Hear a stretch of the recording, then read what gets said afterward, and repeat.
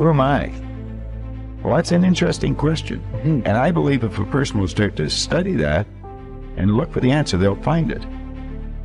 See, I think we live simultaneously on three planes of understanding. We're spiritual creatures, we have an intellect, and we live in physical bodies. Okay. But because we lack awareness or understanding of who we are, we're totally locked into a physical world, and we let things outside of us control us. 95% of the population are reacting to life. They're not really living at all. Don't waste your damn life. And then you think, well, why would people be resistant to that message? It's like, well, you really want to wake up and figure out that you're wasting half your life? And you know, when people do that kind of wasting, they actually hate it. It's like, so it's painful. It's painful to recognize that. I believe that all of us came here with something. All of us showed up to give something, and that nobody's going to give that service that you have to give. No one's going to produce your product. No one's going to write your book. No one's going to open your academy. No one's going to begin to create your daycare with a special curriculum to help to cultivate the high self-esteem in our children. That's your idea. And if you don't bring your idea out here, when you die, all of us will suffer because we've been deprived of your genius, because you allowed butt to keep you in the bleachers and not pursuing your greatness. You take it to your grave with you. And that's what most people do. Our imagination, there's a power flowing into our consciousness. And through our imagination, we build the image of what we want. This is the dream. I see what I want. And I've got this beautiful dream. I impress it upon the subconscious, and it turns into a desire. So you don't get what you want, you get what you desire.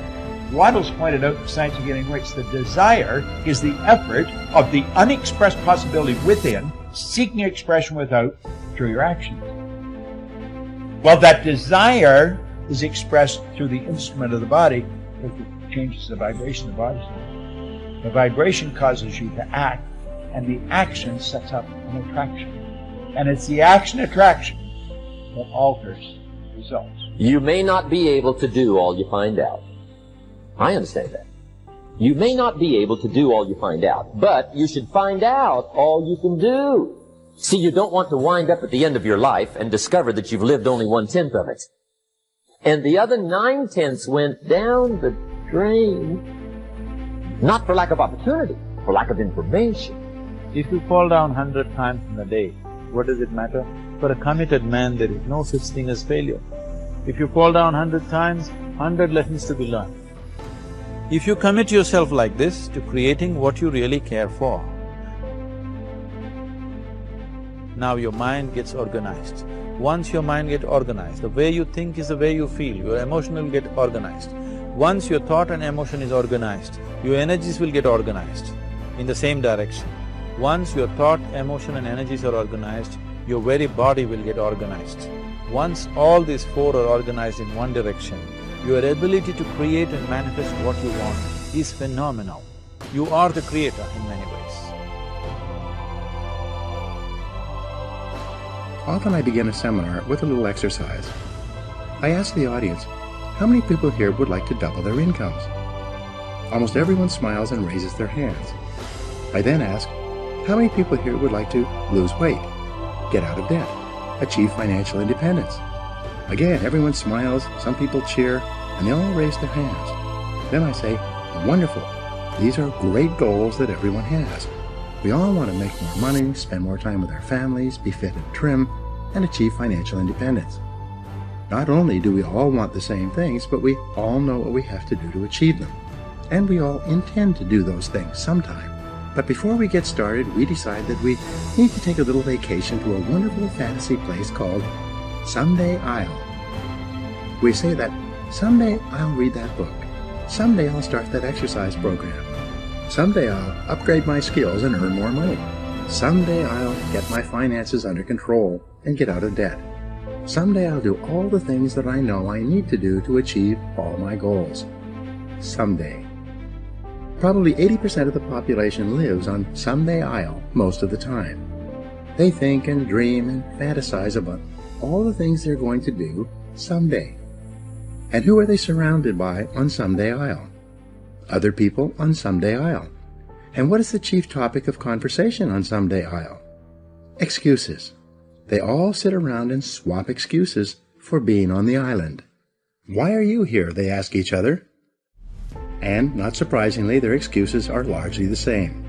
I didn't have a happy childhood. I didn't get a good education. I don't have any money. My boss is really critical. My marriage is no good. No one appreciates me. Or, the economy is terrible.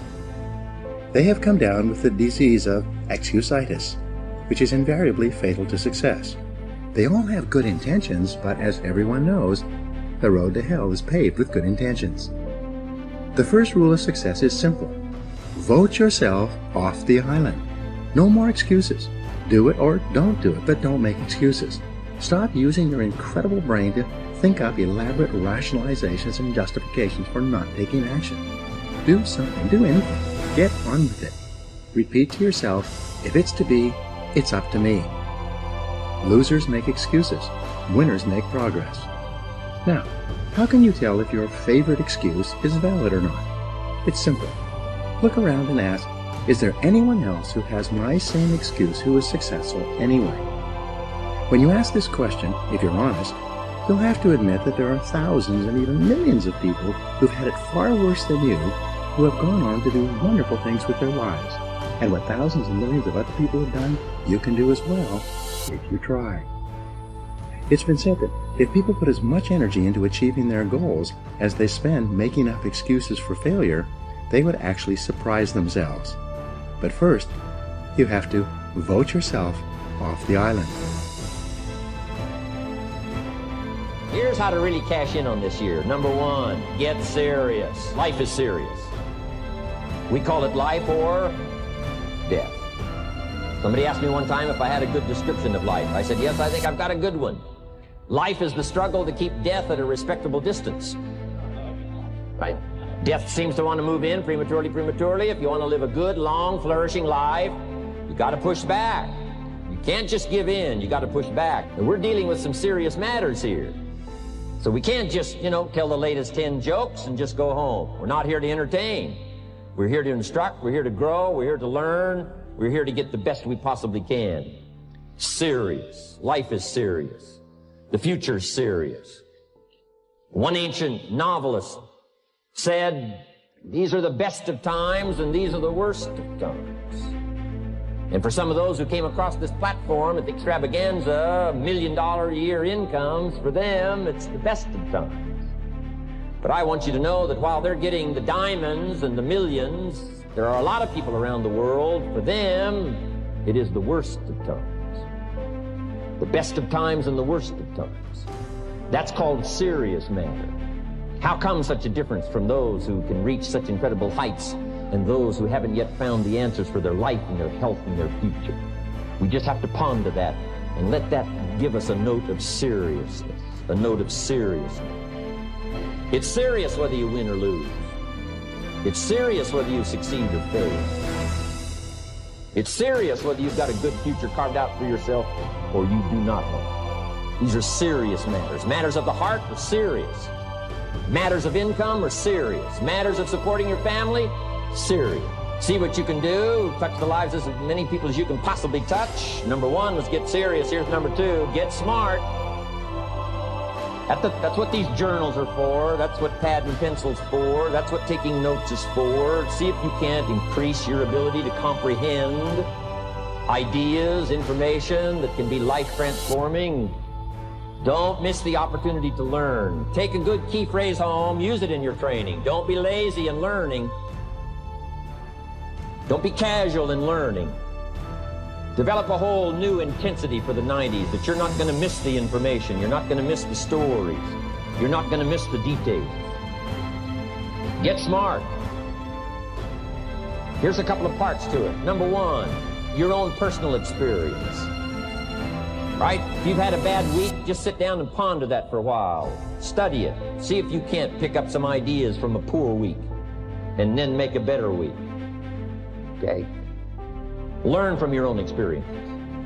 One way to learn to do it right is do it wrong. I mean, that's one way to learn to do it right. Do it wrong. Now the key is don't let it take too long. If you've done it wrong for a year, we suggest that's long enough. You don't need another year just to prove a point. No, 1 year's enough.